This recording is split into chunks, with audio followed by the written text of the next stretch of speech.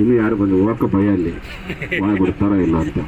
ಅದನ್ನು ಧೈರ್ಯವಾಗಿ ಹೋಗಿ ಒಂದು ವಾರ ಇದ್ದು ಬಸವ ಜಯಂತಿ ಮಾಡಿ ಬಸವ ಧ್ವಜ ಆರಿಸಿ ಮತ್ತು ಅಲ್ಲೇ ಮನೆಯಾಗರೆ Basava global Basava peace foundation ಅಂತೇಳಿ ಜಾಗತಿಕ ಬಸವ ಶಾಂತಿ ಸಂಸ್ಥೆಯನ್ನು ಸ್ಥಾಪನೆ ಮಾಡಿ ಮೊದಲ ಬಾರಿಗೆ ಬಸವ ಜಯಂತಿ ಆಚರಣೆ ಮಾಡಿ 2018ರಲ್ಲಿ ಒಂದು ಹೆಜ್ಜೆಯನ್ನು ಆ ಭಾಗದಲ್ಲಿ ಇಡುವಂಥ ಕೆಲಸ ಮಾಡಿದ್ವಿ.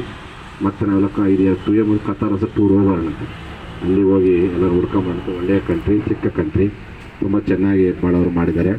ಅವ್ರ ಕನ್ನಡ ಬಗ್ಗೆ ಭಾಳ ಕಾಳಜಿ, ಬಸವಣ್ಣ ಮತ್ತು ಕನ್ನಡದ ಕೆಲಸ ಭಾಳ ಅಂದರೆ ಕೈಲಿ ಖರ್ಚು ಮಾಡಿಕೊಂಡು ದುಡಿತಿದ್ದಾರೆ. ಭಾಳ ಮಂದಿ ಕೆಲಸ ಕೊಟ್ಟಾರ ತಮ್ಮ ರಾಷ್ಟ್ರದಲ್ಲಿ. ಮತ್ತು ನಮ್ಮ ಕನ್ನಡಿಗರ ಸಲುವಾಗಿ ಪ್ರತಿ ತಿಂಗಳಿಗೊಮ್ಮೆ ಸ್ಕೂಲು ಅವ್ರ ಕನ್ನಡ ಮಾಧ್ಯಮದಲ್ಲಿ ಪಾಠ, ಯಾಕಂದರೆ ಅಲ್ಲಿ ಮಕ್ಕಳೆಲ್ಲ ಇಂಗ್ಲೀಷ್ ಕಲಿಬೇಕಲ್ಲ, ಅಂದರೆ ಸಪ್ರೇಟ್ ಇವರೇ ಒಂದು ಸ್ಕೂಲ್ ಟೈಪ್ ಮಾಡಿ ಭಾಳ ಚೆಂದ ಡೆವಲಪ್ ಮಾಡಿದ್ದಾರೆ.